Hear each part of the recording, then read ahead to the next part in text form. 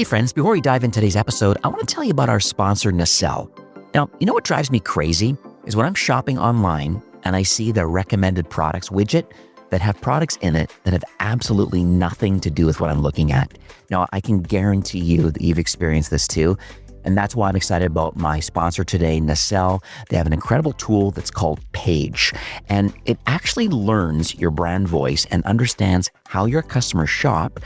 And then it creates recommendations that feel personalized, almost handpicked for each visitor. Now, what I love too is how simple it is to use. Their team handles everything with a white glove service. We're talking one-click installation and you're ready to go. Zero tech headaches whatsoever. So that's awesome. One other thing about Nacelle that I think is incredibly special is that it works for everyone that's visiting your store, even first-time browsers who haven't even created accounts yet. With 90% or more, as we know, these are anonymous website visitors that come to your site. And this is now a game changer for conversions because now we have this personalized experience. I've even talked to some merchants that are using Nacelle and their conversion rates have significantly improved. And more importantly, they even have an average order value. And one client's actually up over 18%. So this is really money in your pocket. So you want to turn more browsers into buyers with AI recommendations that actually work. Head on over to nacelle.com. That's NACELLE.com. You can start a free trial with them, kick the tires a bit, actually see what their platform can actually do for your store. You can also check it out, that great blog. You can see why a lot of leading brands are trusting Nacelle to power their growth. And it can power your growth too. You're listening to E-commerce Fastlane, the podcast show to help you build, manage, grow, and scale a successful and thriving company, powered by Shopify. Listen to real conversations with partners and subject matter experts as they share proven practical strategies, platforms, and the best Shopify apps to help you accelerate your business. The time is now for you to improve efficiencies, grow revenue, profit, and lifetime customer loyalty. Please welcome your host, startup founder, and strategic advisor, Steve Hutt. Well, welcome back to E-commerce Fastlane. I am your host, Steve Hutt, and today we're going to dive into something that I know keeps many online sellers up at night, and it's these dreaded negative product reviews. Literally that can sink your sales overnight on Amazon. You know, if you've ever felt the pain of kind of watching these kind of star ratings drop and it's all because of these reviews, even if they're not even about product quality, this is why you're going to love today's episode. For Shopify merchants though, that are really expanding into Amazon or are already selling there, you can still manage your reputation across platform. I really believe that it's crucial to really understand that there is options here between what's going on Amazon and what's happening on your own store. That's why today my guest is Danan Coleman. He's the CEO of a company called Ecom Triage, and they're at ecomtriage.com. Now, Danan's actually been selling on Amazon he'll probably correct me in a moment, but on Amazon since 2010. And he spent the last 5 years really creating a lot of solutions that are very specific for Amazon sellers. Like his company specializes in what many think is kind of impossible, like the legitimate removal of negative Amazon product reviews, really that violate, from his terms, they violate Amazon's terms of service. It's quite interesting. His team typically removes between 5 and 15% of these negative reviews. And they also have a feature called catalog monitoring, which really I guess in the early days are catching some of these kind of costly issues kind of before they impact the bottom line. So it's quite interesting. And so I'm hoping to unpack, and there's 3 things that are on my checklist here that I want to make sure I cover today. Number 1, is it really possible to remove negative reviews from Amazon? Number 2 is like, how can we protect the brand reputation of a seller? I just want to make sure, and this is through Shopify and Amazon and other marketplaces. I want to hear Danan's thoughts on this, and then hopefully we'll get some practical tips about how we can safeguard these listings. So, hi Danan, welcome to E-commerce Fastlane.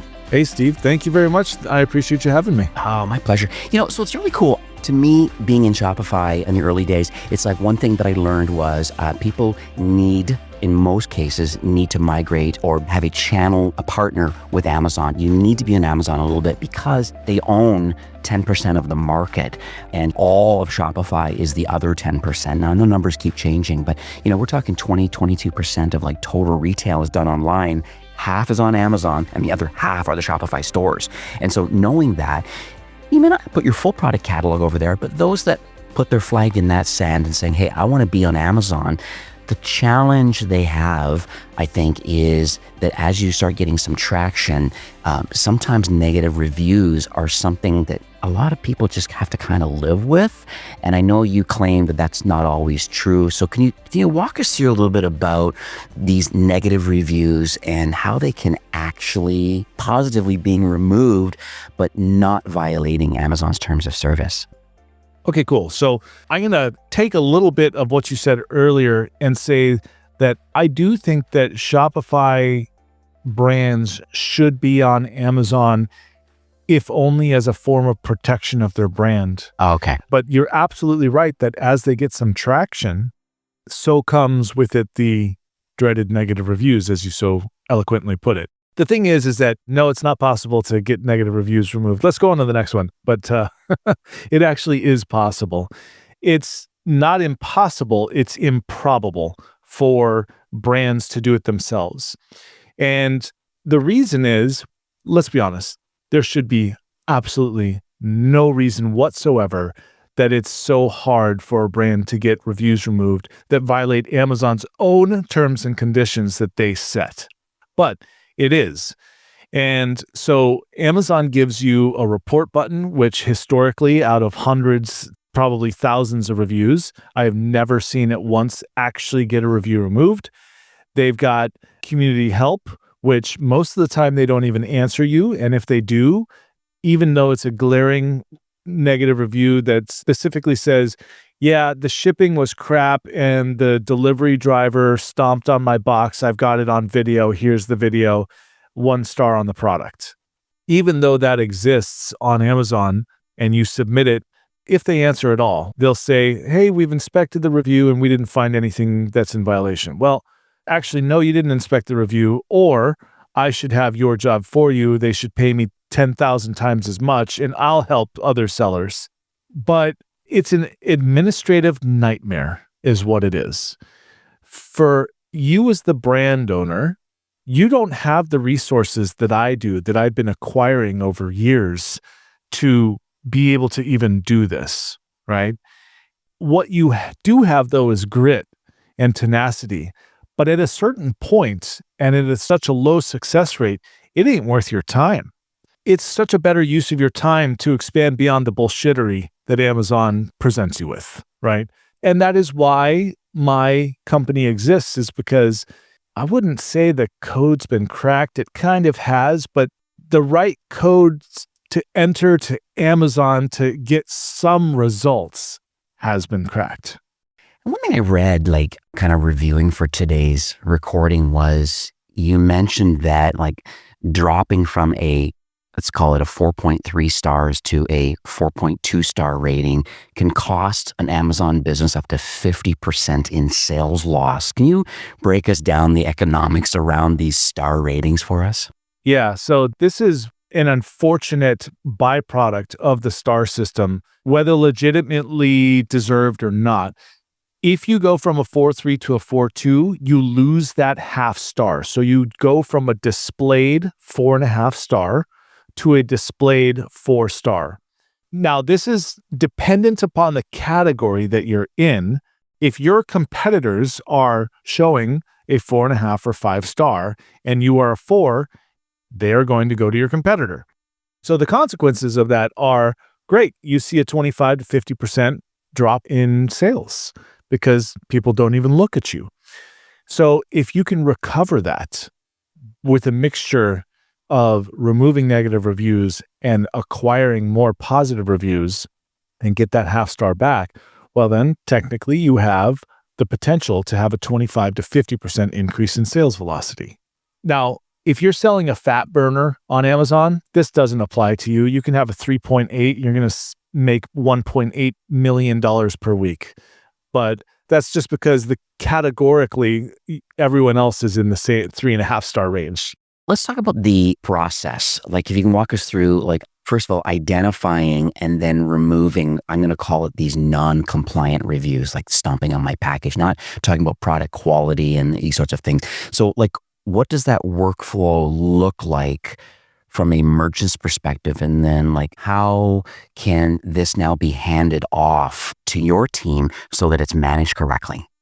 So what it looks like for the merchant is they get a review in, they know it's baloney and has something to do with what FBA did incorrectly, or the last mile delivery company, and they submit the case and Amazon ignores them. That's typically what it looks like. Well, you're honest. Yeah, you'll find me brutally honest sometimes. It gets me in trouble occasionally. But from my perspective, what I do is I look at all of your critical reviews, or as many as I can. So here's the thing. Not only has Amazon made it hard to scrape reviews, they've also hidden them. So first of all, what they've done specifically is they've made it so that, one, you have to be logged into an Amazon account to even see reviews, which, okay, fair enough. That's fine. They don't want it public anymore. But they've hidden all but the last 100 reviews for any given star rating. You cannot find them at all. There's only 10 pages of 10 reviews each. I'm not a lawyer or anything like that, but if you ask me, a company that publicly puts out there that this is the rating of this product, then hides the reviews that contribute to that rating, sounds a little illegal to me. And this is all on the heels of the FTC cracking down on them.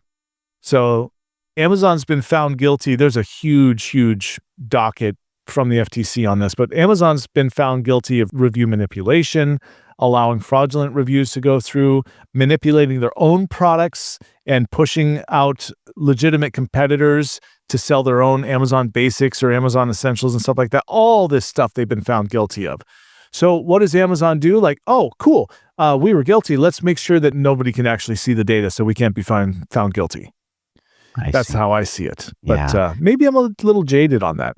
So, okay, so you're saying that the 100 reviews onward are not shown, but even though the star rating is shown for the ones that are hidden. Yeah, so your star rating is a culmination and not a mathematical calculation, but for the sake of easy explanation, a calculation of your combined 1, 2, 3, 4, and 5 star ratings and written reviews. I see. So I'm looking at one product, for example, that has a 4.4 stars, and it's not a commodity product, but it is unique. Well, I guess it is a commodity because it's exclusive to them. But in any case, other people sell it, and thousands have been bought in the past month, and it has 2,164. And they're showing the reviews, and they're showing a 4.4 stars. So are you suggesting that what's only visible here is going to be the first 100 and all the rest are not available, but right now they're ranking them as 4.4? Yeah, that's correct. So if you look at the reviews, there's a little arrow next to it, right? I'm there now. You scroll over that arrow and just click the 1 star down at the bottom.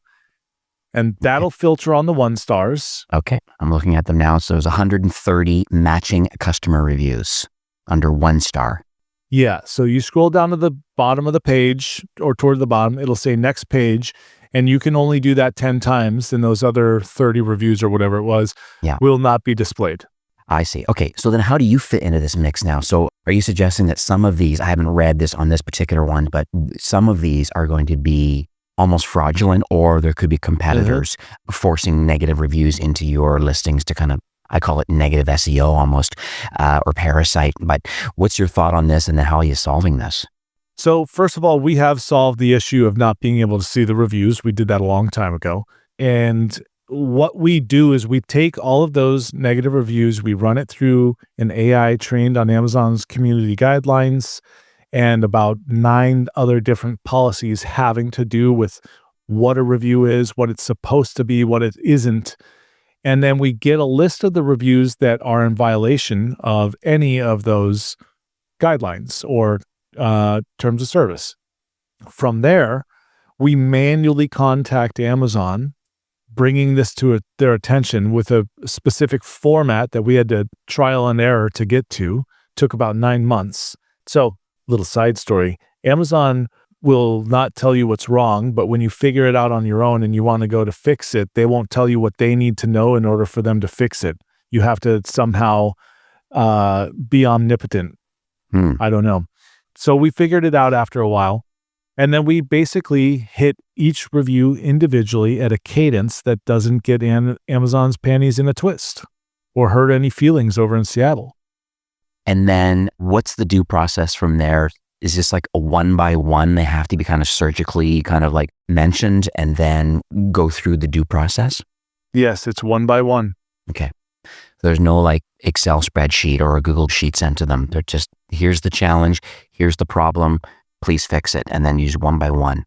Yeah, and we tried the spreadsheet. It didn't work at all. Adds more work on Amazon they don't want to deal with, but they'll deal with one by one. I see. Yes. And the success side of it, are there any case studies or any kind of success stories they're able to share about maybe the impact that you're making with businesses that you're helping get these non-TOS approved reviews removed? For the most part, what you see is an increase in your conversions. So you may not necessarily see, I've got a client, he's been at a 4.3 for over a year, but he's seen a 5x in sales. And one thing I need to be full disclosure on, obviously, I'm not a magic bullet. I am a piece of your business, right? Just helping to clean stuff up.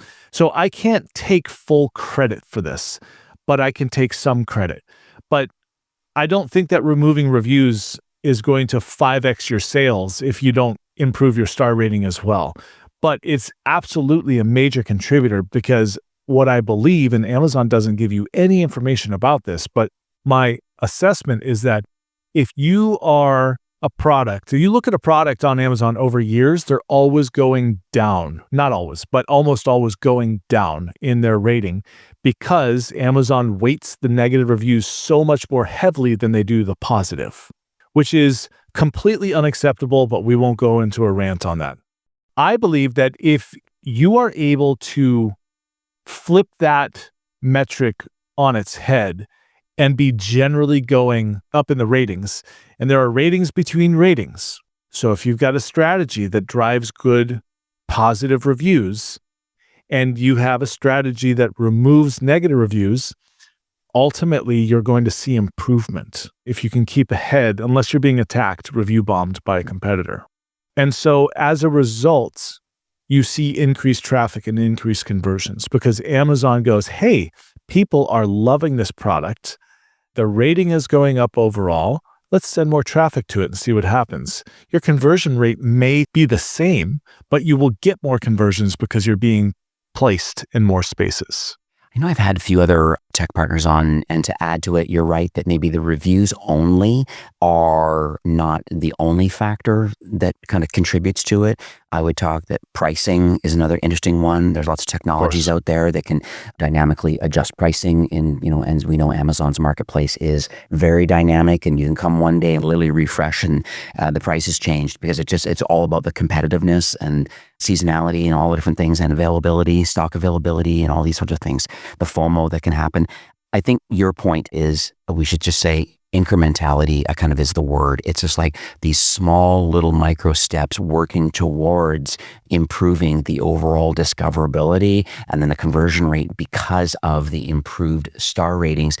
There are a lot of other things that you can do to optimize your product listings. I mean, that's a whole nother podcast about high intent keywords and external traffic to your listings and stuff. That means something net, right? Mm-hmm. So you have another product, I think it's called Catalog Monitoring or Catalog Defender, I believe. First of all, what is it? And then what problem is that solving? I'll start with answering your second question first because you literally just teed me up for this. Yeah. But incrementality. You have listings that have tons and tons of different little areas of data that need to mesh together. Well, you've got a Shopify group, so you guys have to drive your own traffic. So if you've got a website, you've got Shopify.com, and all you have is Shopify.com, and you put a little content on there and do a video and stuff like that.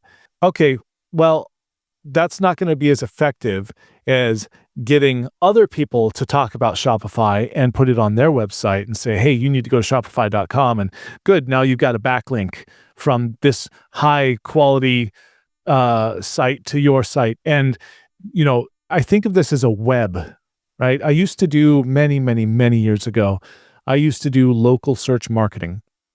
And the way I explained it is you can have 1 point on the map, or you can have 70, or you can have 70 points on the map interconnected by a web. And so when Amazon's bots are coming through, they go, oh my gosh, this is relevant to this, and look at over here, and that data matches, and this is that, and this is that, and this is all everything, and this is super, super relevant to whatever the subject matter is.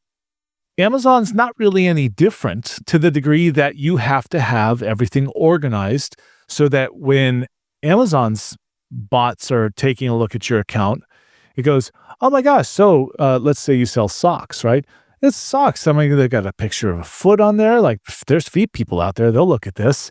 And these socks are made out of wool. And there's wool socks out there, and so on and so forth. There's just so many different things. So that's step one, right? Is making sure that your data, like your browse node or your category or your brand, are correct. But then there's the other side. There's Amazon. And Amazon loves to not help you and create havoc for you. So I'll tell you, one of the most common issues we see is split reviews or orphaned ASINs. And so Shopify people think of this as a variation. So if you're not familiar with Amazon, Amazon has what's called parent ASIN and child ASIN. And all it is your main product and variations of that product. So what will happen with that is that a variation will get split off and become its own main product. It'll strip all the reviews from what should be your original product, and it'll take that variation away. And you'll wonder, why am I not making sales on the blue one? And one day you look like, where is the blue one? What's going on here? Wait, it's on its own listing? I didn't do that. And you just don't know what's going on. So what you have to do is get that connected back over to Amazon. That would be one thing. Another one would be split reviews. So all the variations are there, but they're not sharing the reviews. So all child ASIN reviews funnel up, or they're supposed to funnel up to the parent ASIN, so that when you're looking at a product, you're seeing it has 1,000 reviews, and all of those reviews are shared by those child ASINs. But you might have where you've got a child ASIN where the reviews are not shared. And let's say it's only got 10 reviews and it's got 3 1-star reviews. Well, you're going to display a 3.8 rating on that. And when someone goes, ooh, I like that red one. Ooh, 3.8. No. I'll go ahead and get the black one with a 4.6 rating, Right. It's so interesting because, I knew about the parent ASINs and the child, that part I understand. I think for me, and I think child ASINs, we call them more like variations of the main product. Yeah, that's all it is. So if you have Levi's 501, and I guess the child ASIN would be maybe the size in black. Correct. So what you're suggesting is that what happens is that sometimes, does Amazon make this decision about rolling up the star rating to the parent based on a child low review? I'm trying to figure out how this all works. It's just inherently that is the model. That all child ASINs share collectively the combined total reviews. That's all it is. I see. From your perspective then, so then now what happens now with Catalog Defender? How are you able to proactively monitor what's actually going on with an account? Basically what we're doing is we're watching a whole tons of different data points on the ASIN, on the product. And we're looking for these specific issues. So split reviews, orphaned ASINs, incorrect titles, text that's not allowed, symbols that are not allowed, duplicate content, incorrect language, buy box not qualified, title changes, image changes, bullet point changes, missing bullet points, all just a bunch of different stuff. And then we're integrated with Slack, and we'll send you a Slack message and tell you, hey, we detected this issue. And to use one of my favorite ones, the split reviews issue, along with that Slack message, you'll get a template with everything pre-filled out that you can just copy paste over to Amazon with a case to get it resolved. So this is continuous monitoring of Amazon listings. It's nice to know that this AI is running without any work from the merchant. It's like, we hire your company, you use your technology, and it's AI powered. You're finding, I guess, what I call these critical issues, I guess, and then prioritize, through Slack or whatever, about kind of what the next steps are. Yeah. And Steve, we actually haven't even fully leveraged AI. This is just logic. It's just logic right now. Right now we're on Google Sheets.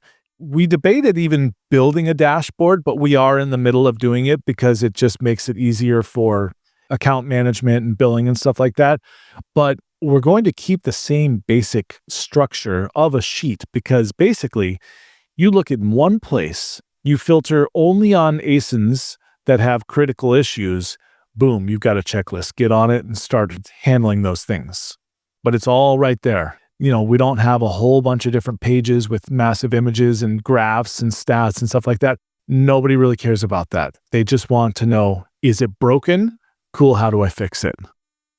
All right, so to recap, we've got the reviews. We understand the review process through Amazon. We understand that there's a lot of reviews that are in there that are incorrectly attributed to a particular ASIN or a particular product, and there is a review process that your team can handle. And then it has a very significant financial impact by improving these reviews. So that part I get. Going from a 4.2 to a 4.3 makes a big difference to the bottom line. So I get it. That's fantastic. The brand reputation now that we're talking about, which is all around what we can do with your product tool now, where you actually are not AI yet, but a process driven about like making sure that all their ducks in a row are all organized and then being alerted if something is not quite right so that the brand can do something about it. So I think that's cool.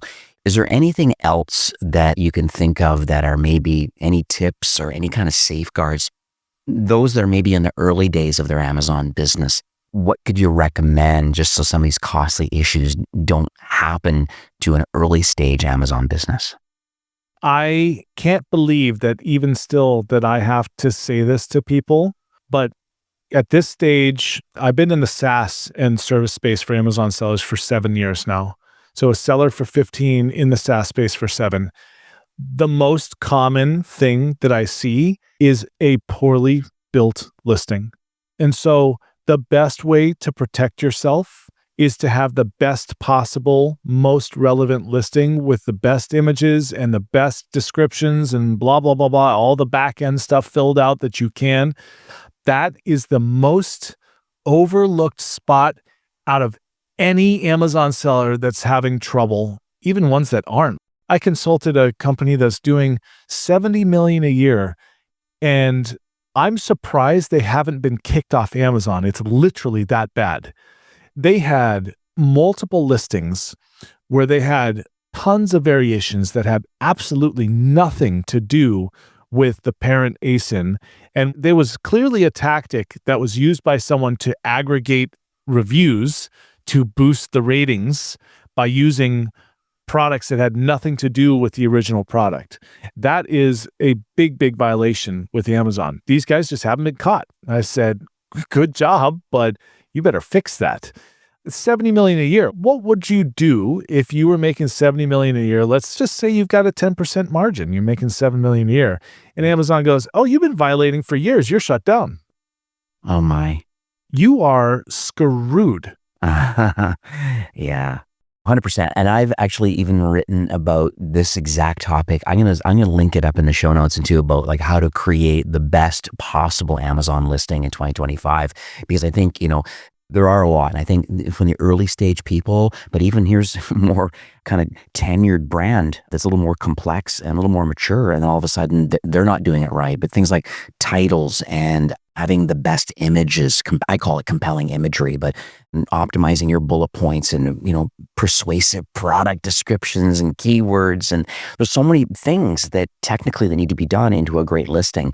And, part of it is reviews. Part of it is pricing. There's a lot of it that all goes together to build something successful. So that's really cool. Yeah, absolutely. I mean, on Amazon, you have to have an image that's a scroll stopper because that's how they're viewing it.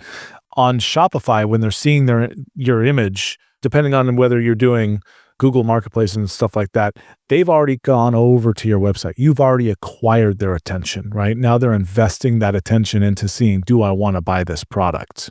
So on Amazon, it's a little different because Shopify, you just have to drive the traffic. Amazon, the traffic's already there. You just need to get in front of the eyeballs of the person and you got to stop them from scrolling.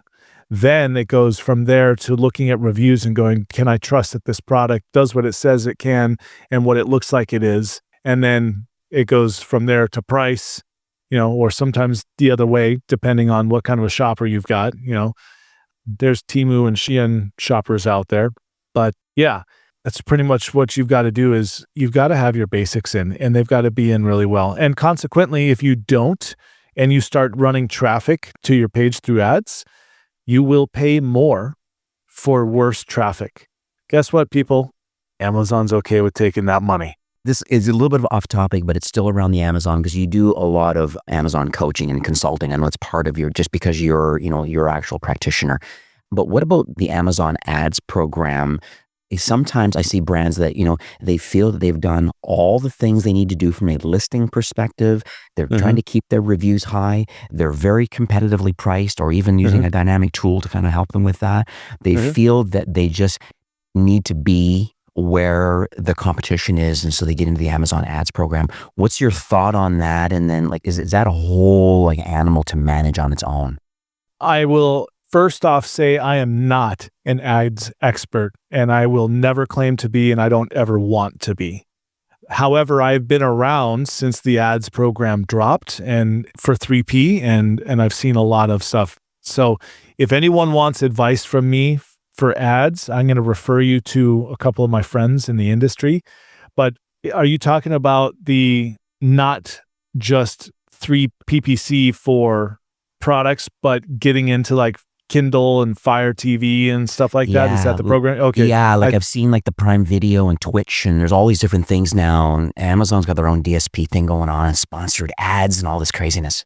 If I remember correctly, that just opens to all brands. It used to be that you had to be of a certain size, and Amazon's changed the name of that program 3 times. It was DSP, and before that, it was something else, and you had to spend a minimum of $40,000 a month and commit to 3 months. And so here's my thought, and not an expert thought, but that is for someone that has a brand. That is top of funnel marketing, right? So you are driving awareness with most of that. So if that makes sense to you, then I'd say absolutely do it because you can get in front of millions of people. But most Shopify sellers and Amazon sellers, they are not the same person and they are definitely not the same business. I consider that Shopify sellers have a much greater understanding of what it takes to run an e-commerce business, whereas Amazon sellers, and by the way, I have sold on Shopify before. I hated it because it took so much more work. But I did do it. I built out a Shopify myself. I used Ezra Firestone's code to get Shopify for free for 3 months or something like that. And, we successfully made sales on Shopify. But man, what a pain in the ass. I didn't want to drive traffic. I still don't want to drive traffic. But there are different type of people. So it's actually easier, I believe, on Amazon than it is on Shopify. But Shopify, you truly are starting to build a brand. And if you can get that recognition and you need that recognition, then I'd say, well, what is it? ACC, Amazon Cloud Compunctory, I don't know, whatever their newest version of I think it's Cloud something or other. I'm not surprised. Yeah, but it would make sense for you. But if you need revenue and you need sales and you need them now, that's not where I would put my money. Yeah. Okay. But again, not a professional. Yeah, fair enough. I'll chat with you offline about some recommendations for potential ads program or Amazon ads someone who might be able to help a brand saying, hey, we want to go to the next step. Is there an ROI out of an ads program? And the answer is yes, but it has to be done strategically and with experts because it's, a pretty competitive marketplace. So I guess my final comment that I want to make and ask you is just like, hey, people that are listening today, they have an Amazon store, they've got a little bit of product market fit, but they just feel that maybe it's just they're not executing at the highest level that they believe is possible for their business. And you being a practitioner, kind of, like you're in the trenches, you get it, and you happen to have some SaaS that actually is helping. You're using it yourself, eating your own dog food, but you also feel that there's opportunity. And that's why you have your company, Ecom Triage. And so what do we believe kind of the next steps are? What's the call to action for those listening today that want to learn more about Ecom Triage and you and your team? The thing is that I like helping people. So if you go to ecomtriage.com, you'll have the opportunity to schedule a call with me, a discovery call. It's 30 minutes. I don't charge you for it. You're welcome to pay me if you just want to, I guess. I'll invoice you. Yeah. But one of the things I do, as you know, is I do consulting, but I have only ever charged 2 people for consulting, and they came with other services. So really the consulting was actually free. Given my tenure in the Amazon space and my experience and my knowledge, I can really, really quickly help people and, if nothing else, point them in the right direction. And I've never really charged people for that. But if you feel you need review removal, which, by the way, you do, or you need to be monitoring your products for critical issues, which, by the way, you do, then just schedule a time with me. Give me one of your ASINs. I'll do an audit, and we'll just talk about it. I'm not a hard sell kind of guy. If it makes sense for you, it makes sense for me too. If it doesn't make sense for you, well, I'm not going to push you into it. But unless I firmly believe that if you don't do it, your brand is going to die. There have been a few clients where I'm like, I don't give a shit what you think. You need to use this because if you don't, you're going out of business. So sometimes I get a little bit pushy, but that's like if I'm literally trying to save your business, Yeah. No, and I get it. I can tell that, just like you're really passionate about it. And the thing is that you wouldn't make a recommendation that you wouldn't do for your own business or your own family. So, I totally get it. Oh, and I should also give a shout out to that. You also have a podcast too called the Ecom Growth Show. Can you talk a bit about that and why people may want to subscribe to that show?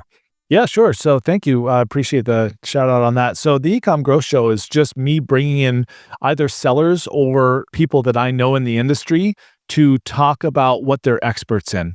So I try to keep them around 30 minutes, and I'm not very good at that, but I would say the premise of the podcast is I basically ask them 5 questions in which I know they know the answer.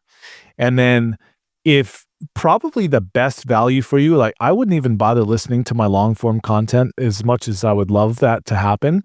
You just watch my short videos because I mark the questions that I ask when I'm asking them, and I try to do my best to keep them under a minute and get the data that answers the question. And if you want to learn more, then do the long form. But it's just experts in the industry. And of course, I always give them a little shout out at the end to drive traffic and awareness. But mostly I try to provide valuable, actionable data. There's no sales pitch behind it. Even my own company, I rarely even mention my own company, which is actually kind of a mistake, but oh well.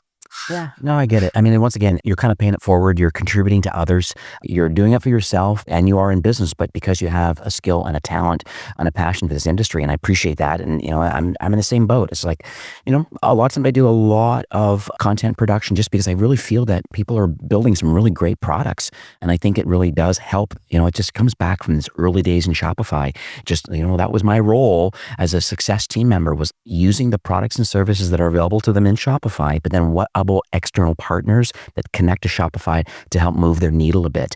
Obviously avoid churn, but most importantly, how do you grow and scale your business or improve efficiencies? And that's kind of what I did, and that's what you do. And so this has been a really eye-opening, really incredible conversation. Thank you so much, number one, for building these products. Yep. I know it's very helpful for Amazon sellers. All the details will be in the show notes. This has been great. Thank you so much for coming on. Thanks for having me, Steve. I appreciate it. See you later. All right. Take care. Well, that's it for today's episode. I'd like to thank you personally for being a loyal listener of E-commerce Fastlane. It's my hope that this podcast is offering you a ton of value through growth strategies, tactics, and exclusive insider tips on the best Shopify apps and marketing platforms, all with my personal goal to help you build, manage, grow, and scale a successful and thriving company powered by Shopify. Thanks for investing some time today and listening to the show. I'm so proud and excited that you have a growth mindset and are a constant learner. I truly appreciate you and your entrepreneurial journey. Enjoy the rest of the week and keep thriving with Shopify.